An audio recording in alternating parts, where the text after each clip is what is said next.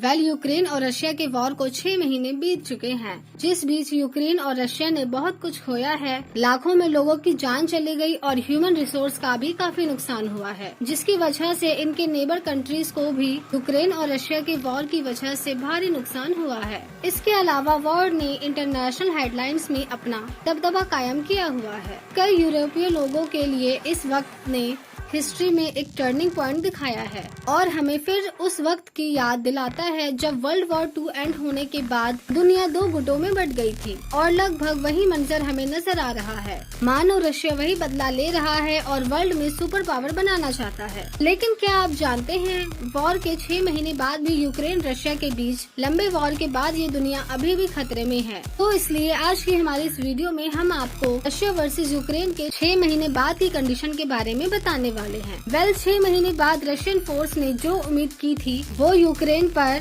ब्लिट्जक्रिग आक्रमण होगा, daily air strike और लड़ाई के पीसने वाले कैंपेन में बदल गया है, जिसका कोई एंड गेम नहीं है। और जैसा कि न्यू स्टेट्समैन के जेरेमी क्लिफ ने लिखा, कोल्ड वॉर के तुरंत बाद लोगों में एक उम्मीद होना कि हम लोग आगे बढ़ सकते हैं, लेकिन उन्होंने कहा कि यहाँ तक कि जब हम कुछ नए की ओर बढ़ते तब तो वो चीज धुंधली हो जाती है और यूक्रेन पर अभी भी युद्ध का कोहरा घना है और देश के कई हिस्सों और ब्लॉक एरियाज कोस्टल सिटीज से दूर है, जिनमें अलग आइडियोलॉजी का टकराव साफ झलक रहा है। यहाँ तक कि हिस्ट्री की फिलॉसफी भी कुछ ऐसी चल रही है। रशियन प्रेसिडेंट व्लादिमीर पुतिन की न्यू इम्पीरियलिज्म एम्बिशंस के आगे झुकने से इनकार कर दिया है। इतना ही नहीं, यूएसए भी साथ देता है, जिसमें खुद प्रेसिडेंट बाइडेन भी शामिल हैं, जिन्होंने मार्च में घोषणा की थी कि यूक्रेन फ्रीडम के लिए हम महान लड़ाई लड़ेंगे। और रशिया की सेना 24 फरवरी को अपने नेबर कंट्रीज के बॉर्डर को पार करा और उसने स्पीच दिया कि जंग छिड़ चुकी है और यूक्रेन को एक आर्टिफिशियल नेशन के रूप में रशिया ने दिखाया।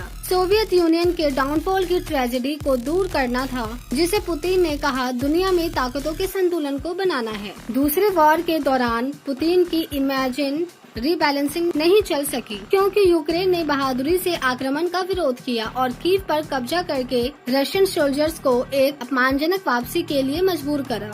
नाटो स्वीडन और फिनलैंड को दुनिया के मेजर मिलिट्री अलायंस की छत्रछाया में लाया है और बाल्टिक स्टेट में लोकल अथॉरिटीज ने द सोवियत एरा मॉन्यूमेंट को खत्म करना शुरू कर दिया। अब अगर दोनों की इकोनॉमी की बात की जाए तो रशिया की इकोनॉमी पर वेस्टर्न रेस्ट्रिक्शंस का असर ज्यादा है और मेजर ऑयल और गैस एक्सपोर्ट अब अपॉर्चुनिटी बायर को डिस्काउंटेड प्राइस पर बेचे जा रहे हैं। यूएस इंटेलिजेंस प्रोजेक्शंस का अनुमान है कि लड़ाई में 80,000 रशियन सोल्जर पहले ही मारे जा चुके हैं और वेस्टर्न एनालिटिक्स का ये भी मानना है कि रशियन वॉर मशीन से खत्म हो गई है, जिसमें वीपन का नुकसान हुआ है। लेकिन ये रशियन पीपल के लिए कोई बड़ी बात नहीं है, जिन्होंने अपने देश के एग्जिस्टेंस के राइट की डिफेंस के लिए लगभग हर कीमत चुकाई है। और अब 6 महीने के युद्ध के बाद हजारों लोग मारे गए हैं और लाखों लोग अपने घरों से बाहर हुए। एनालिस्ट का आगे चलकर कहना है कि ये लंबे कड़वे युद्ध की आकांक्षा है। वहीं दूसरी ओर इसी के चलते वहाँ के सर्वाइवर्स